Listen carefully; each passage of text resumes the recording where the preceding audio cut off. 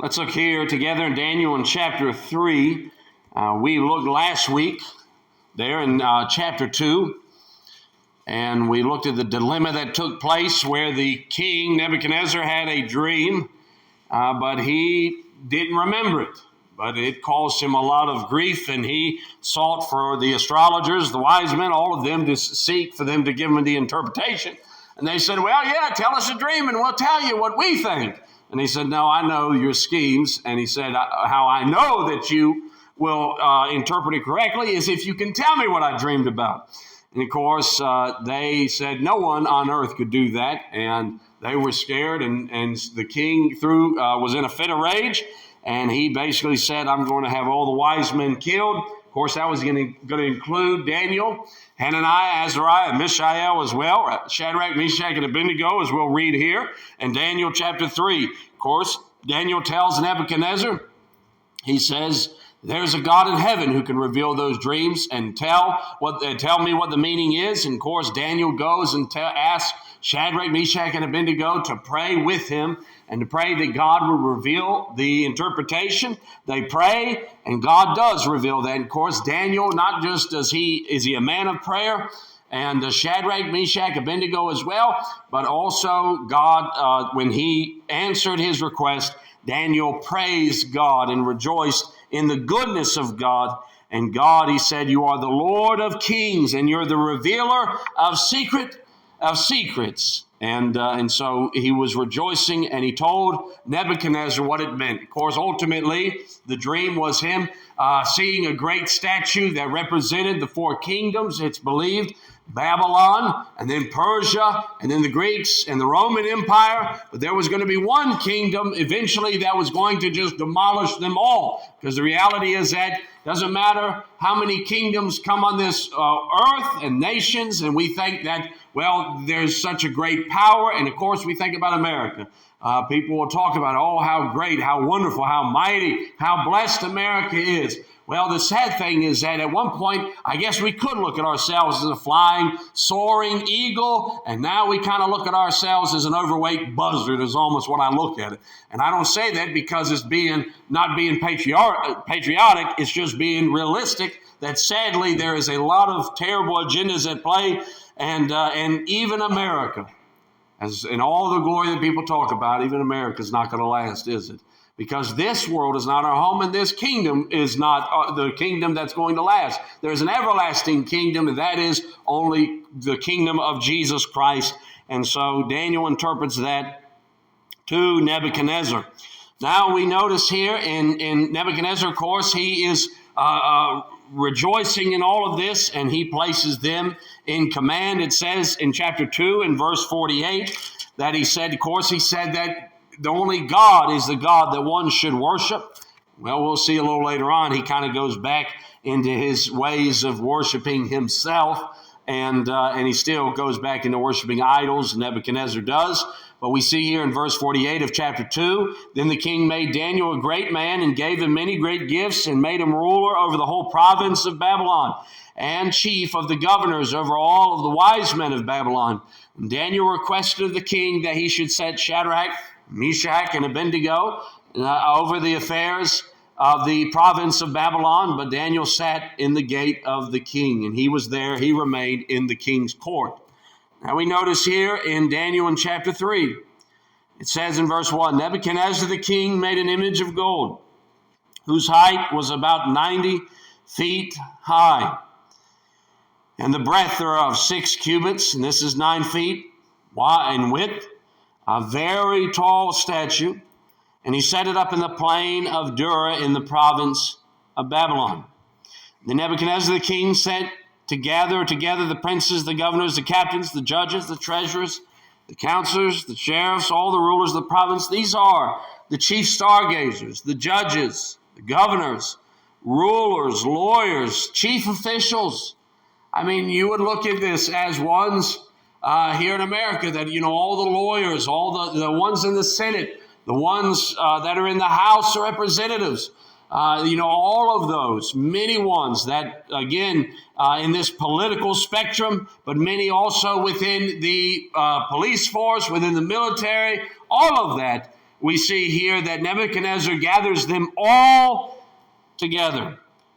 And what takes place is that it says here, and the princes and the captains, the judges, the treasurers, the counselors, all of them, they were gathered together unto the dedication of the image. They were there before, gathered together for the dedication of the image that Nebuchadnezzar the king had set up. And they stood before the image that Nebuchadnezzar had set up.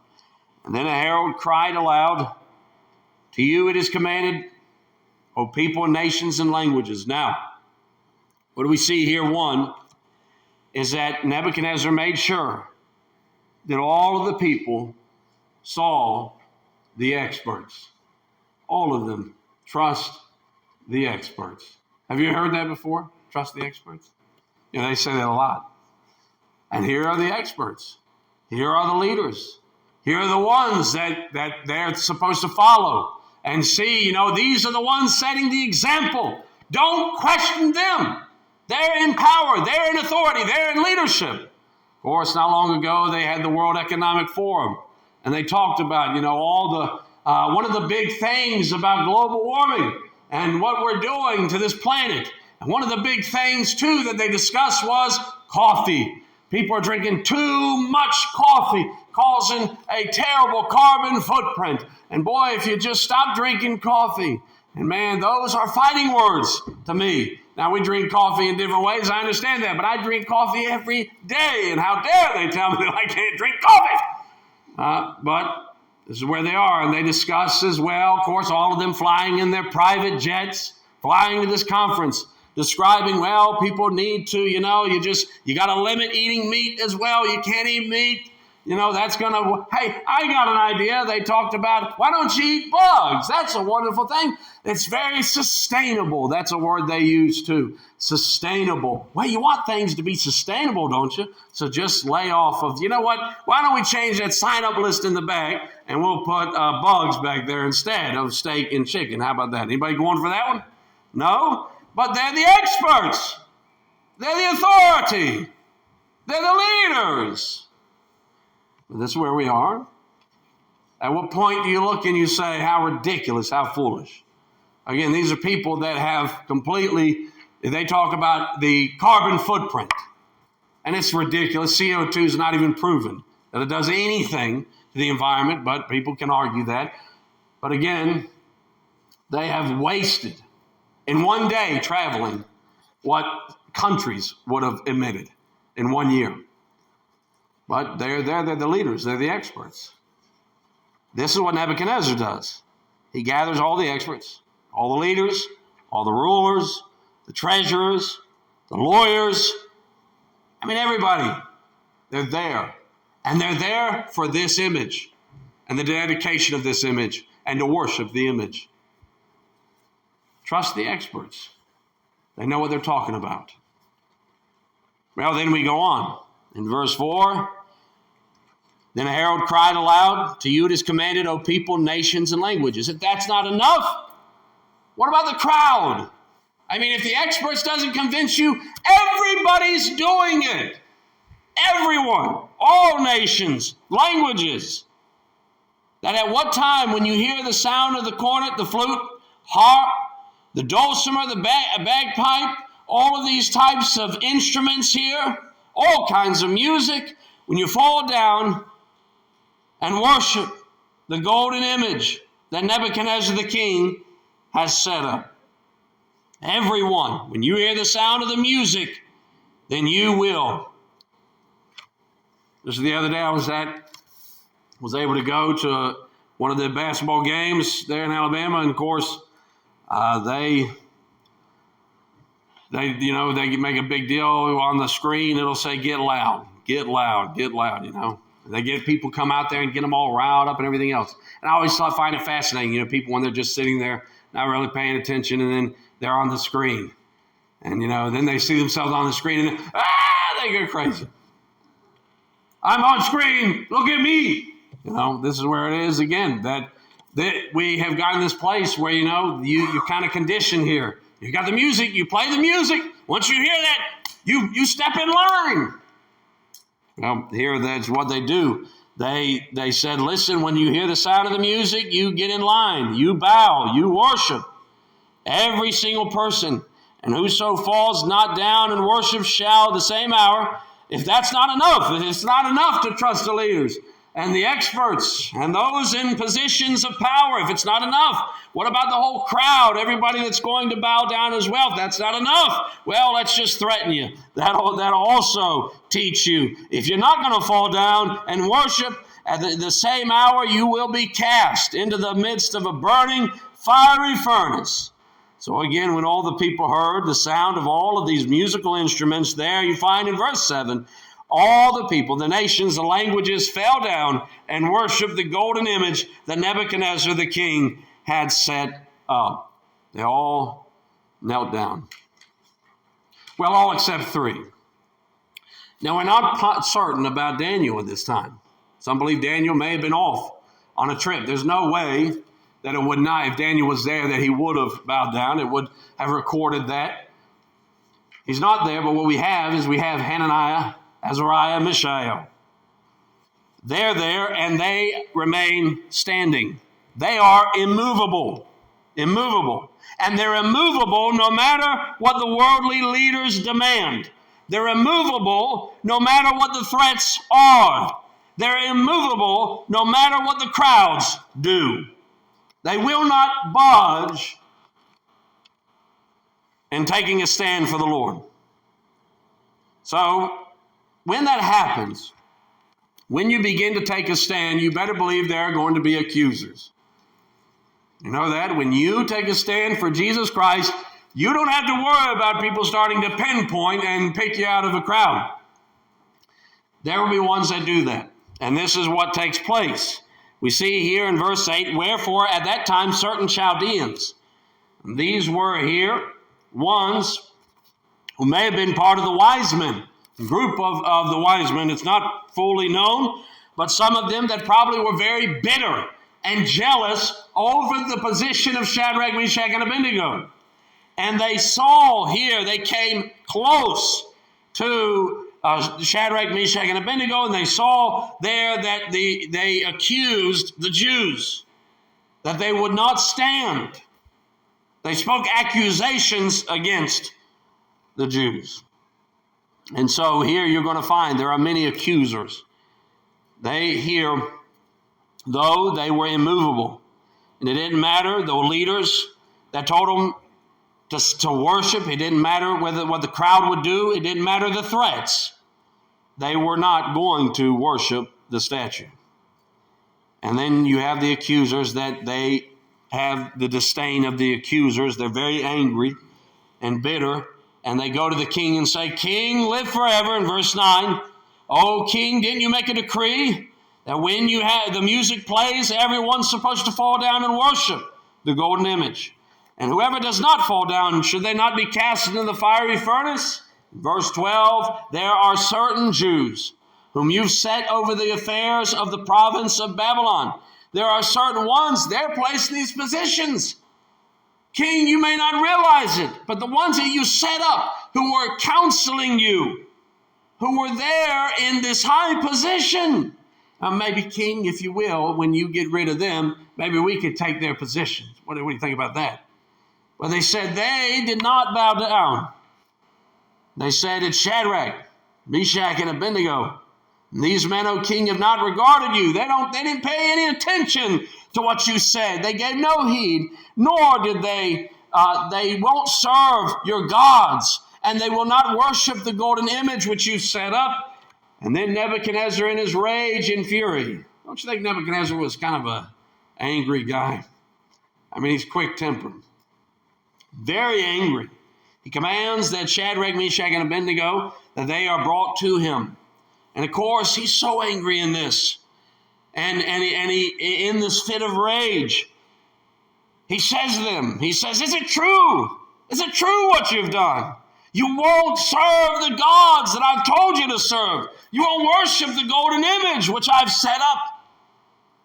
He said, if you're ready, when you hear the sound, and I think in this way, he's kind of trying to give them another opportunity. Listen, if you're ready, maybe you didn't hear it, But if you'll listen to the sound of the horn, of the pipe, of the lyre, of the harp, of the dulcimer, all of that, if you listen to the sound and fall down and worship the image which I made, it will be well with you.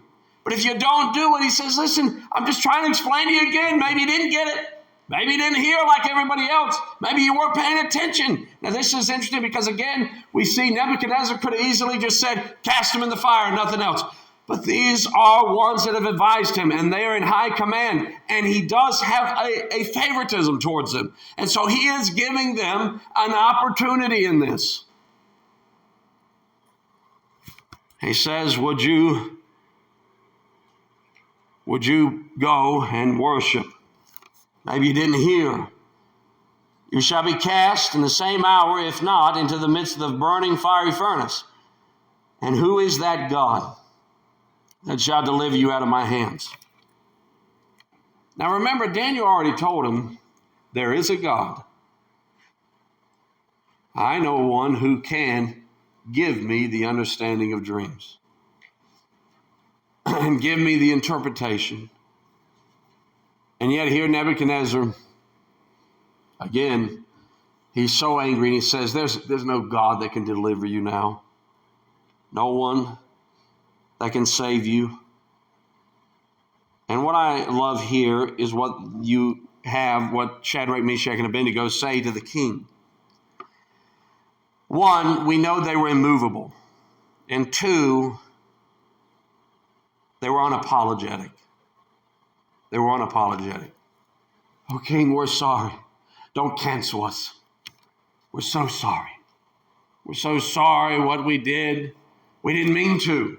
We didn't realize. No. That's where I see a lot of, it's sad because I see a lot of Christian leaders. They get very big. They get a lot of money. They have a big following. And then they begin to, at first they're teaching what it seems like the truth, but then they kind of begin to diverge into another area. When they begin to kind of say, well, there's some gray areas. And when it comes to homosexuality, when it comes to transgenderism, you just want, those are the things you just be careful with. And it's sad because there's one great teacher, Alistair Begg, one who was on American Family Radio, and pastor there in Cleveland, I believe, for many years. But he was on a podcast, and he said, somebody asked him, a lady had asked him if I believe it was her son that was seeking to have a gay wedding. And she said, should I attend that? And of course, he said, well, does he know that you're a Christian? Yes. He said, well, does he know that you disapprove of that? Yes. He said, well, then attend it. Attend it and get a gift too, because it'll show love, it'll show love. Now that was a big deal, and it is a huge deal what he did, because again, he has thousands of people listen to him. American Family Radio. They had him, he's on 1,800 radio stations. You probably heard some of his messages, great messages. But that he said was ridiculous and wrong. And of course, he got a lot of heat from that, from people that American Family Radio, they contacted him. They said, listen, this is not right. We don't believe that. They said, this is, will you retract this? And they doubled down. No, we're not going to retract it. And so now kudos to American Family Radio. They took him off of the station. But I say that not to demean him, because it does sound good for a lot of people. Well, you go and you're there and you're showing love. But what you're also showing is acceptance. And one preacher I heard say, my son may come to me and say, Dad, I want to go rob a bank. Am I going to take him and say, son, I disapprove, but I'll drive you there. I'll drive you there. I disapprove, but I'll be waiting for you when you come out of the bank. And do that? No. And when he said, when the person goes and they're there at the wedding, they're actually, for most of the people, they're looking and saying, that person approves of this. There's no such thing as gay marriage, is there? It's not, because God instituted it, and it's only God that can ordain that, and so it's between a man and a woman. But again, this is where, you get into, people get afraid to say too much about it. They don't want to be canceled because now they're here. And boy, then you drop it. Well, Shadrach, Meshach, and Abednego, what did they say? Well, this is what they said. Notice in verse 16, Shadrach, Meshach, and Abednego answered and said to the king, Nebuchadnezzar, we are not careful to answer you in this matter. One, they said, Nebuchadnezzar, we're not even going to answer you of what you just asked. We're not even going to entertain the notion of what you said about us going and worshiping. We've already made up our mind. We don't even have to answer again. We've made the decision. It's done. That's past. We know that we have given our lives over. And notice what they go on to say. If it so be, our God, whom we serve, is able to deliver us from the burning fiery furnace. He will deliver us out of your hand. If God wants to do it, he'll deliver us. He can do anything he wants. But they said, but if not, be it known unto thee. Now, most people don't like that part. They like the part where it's, well, God's going to deliver us. They don't know if God's going to deliver them. All they simply say is, we know one thing. Whether God delivers us or not, we will never bow down. They're immovable. And they're unapologetic. Unashamed. They said, we will not bow down. They say here, if he will deliver us, so be it. But if not, be it known unto you, O king, that we will not serve your gods, nor worship the golden image which you have set up. And boy, Nebuchadnezzar said, you're right. I'm so sorry about this. No. Obviously, Nebuchadnezzar is so enraged and angry. He wants to teach them a lesson. He commands that the fire is heated 7 times more than it was. He wants it burning. He wants the moment that they're thrown in the fire to just see them almost explode in the flames. And it says here, he commanded in verse 20 that the most mighty men that were in his army bind Shadrach, Meshach, and Abednego. He doesn't want to take a chance of letting them go. That's it. Your life is forfeit. How dare you? How dare you tell me you're not even going to answer the question? You're not even entertaining the notion. So they go and they bind them and they cast them in the burning fiery furnace. And these men that bound them in their coats, everything. The men that bound them in their cloaks and their tunics and their undergarments, their turbans, all of the clothing, they cast them in because the king, in verse 22, his commandment was urgent, and the furnace exceeding hot. These strong men, mighty men, they were trying to be as fast as possible. They're not even going to stand there and try to go through all the, trying to give them different attire. And no, they just throw them. They try their best to quickly throw them in the furnace. And what happens is they end up dying in the process. These men that sought to throw Shadrach, Meshach, and Abednego, it says here in verse 22, because the king's commandment was urgent, the furnace exceeding hot, the flame of the fire slew those men that took up Shadrach, Meshach, and Abednego. And these 3 men, Shadrach, Meshach, and Abednego, fell down, bound in the midst of the burning fiery furnace. And then Nebuchadnezzar the king was astonished. And he jumped up and ran and spake and said unto the counselors, did we not cast 3 men bound in the midst of the fire? They answered, yeah, that's what we did. We cast 3. Let's see, Shadrach, Meshach, Abednego. And he answered and said, but I see 4. I see 4 that are loose in the fire and walking in the midst. And I also see that there's not a single hurt on them. No one is screaming in pain. No one is shouting. And he says, in the form of the 4th. Now, in this statement here is like the Son of God. It could also be termed the Son of Gods Now, some people say, well, why would he say that? Because, again, Nebuchadnezzar, he's not really believing in God Almighty at this point. But he sees an individual that's in the fire that to him shocks him to know him, that he exclaims almost, whoever this is that's there with him, they are angelic, they are mighty, they are powerful, they are like the son of the gods. And of course, it's not the son of the gods. We know that. It's the Son of God.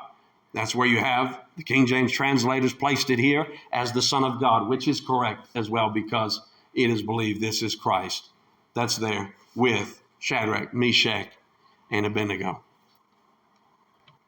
So he is amazed to see what's taken place. They were impenetrable. They were immovable. They were unapologetic, and they were impenetrable. Nothing could get at them. I think about it in Psalms 91. Turn with me to Psalms 91. And the promise here, this is Messianic Psalm. But we also see the promise that's given in Psalms 91. In verse 1, it says, he that dwells in the secret place of the Most High shall abide under the shadow of the Almighty. And notice with me here in verse 3, surely he shall deliver you from the snare of the fowler. He will deliver you from the trap and from the noisome pestilence. He will cover you with his feathers, and under his wings shall you trust. His truth shall be your shield and buckler. You will not be afraid for the terror by night, nor for the arrow that flies by day, nor for the pestilence that walks in darkness, nor for the destruction that wastes at noonday. 1,000 shall fall at your side, and 10,000 at your right hand, but it shall not come nigh you. We see here in verse 9, because you have made the Lord, which is my refuge, even the Most High, your habitation, your dwelling place. Again, the promise there of preservation and protection. We see the power that is found only in the presence of Jesus Christ. Peter speaks, he writes in 1 Peter 3 and verse 13, he says, who is he that will harm you if you be followers of that which is good? I just read an article the other day about a pastor in Nepal, a preacher in Nepal that right now is going to have to serve a 1 to 2 year jail sentence. Why? Because he asked a man to come to his home and pray. That's it. He asked one man to come to his home and have a time of prayer. And he got arrested for proselytizing, witnessing there in Nepal. What do we do at that time? Is God not faithful then? He's faithful. Will God not be with them there if he's in prison? They're seeking, hoping that they can just simply turn it into a fine. But the sad reality that even then, him having to pay a fine for praying with somebody in his own home. You don't think that's coming? That's coming here. You know that? It's coming here. It will be here. It's not if. It will be here. It is sad to see, but he was willing. The pastor said one way or another he's willing to serve the Lord. And what we see here in the latter part, and notice in verse 26, then Nebuchadnezzar came near the mouth of the burning fiery furnace and spake and said, Shadrach, Meshach, and Abednego, you servants of the Most High God. And you see here, he says, what kind of God's going to be able to deliver you? There's no God. That's now, it's a little different tune. Again, he says, you're the one that serves. You're the ones that serve the Most High God. Come forth, come hither, come out of the fire. Then Shadrach, Meshach, and Abednego came forth of the midst of the fire. The princes, the governors, the captains, the king's counselors gathered together, all of the experts, all the leaders, all there. They gathered together. They saw these men upon whose bodies the fire had no power. Not a single hair was singed from their head, Their coats did not have smoke on them. They were not singed. There was nothing affected by their clothes. Nothing. There was no smell of fire that was on them. None of it. Absolutely, just almost as if there was a complete barrier around them in the fire. They were amazed. And Nebuchadnezzar spake and said, Blessed be the God of Shadrach, Meshach, and Abednego, who has sent his angel and delivered his servants that trusted in him. What happened? They found the power in the presence of Jesus Christ, but they also found favor in faithfulness. Their faithfulness to God, they found the favor. They received favor in their life. He says here, you trusted in him, and he protected you. And have changed the king's word and yielded their bodies that they might not serve or worship any god except their own. Therefore I make a decree that every people, every nation, every language, which speaks anything amiss, anything against the God of Shadrach, Meshach, and Abednego will be cut in pieces, their houses made a dunghill, because there is no other God that can deliver after this sort. And then the king promoted Shadrach, Meshach, and Abednego in the province of Babylon. So again, we see the favor of God. What took place? The faithfulness, though, in their own hearts and lives. But how can that happen? How can that kind of testimony shine if people are not willing to take a stand when it really matters? We can say we take a stand in church, we go out there in the world and then say that, see what happens. Because the time is coming where we better be ready to take a stand for Jesus Christ. No matter what the experts say, no matter what the leaders, no matter what the crowd does, no matter what the threats are you willing to say, as for me, as Joshua said, as for me and my house, we will serve the Lord. Let's pray this evening.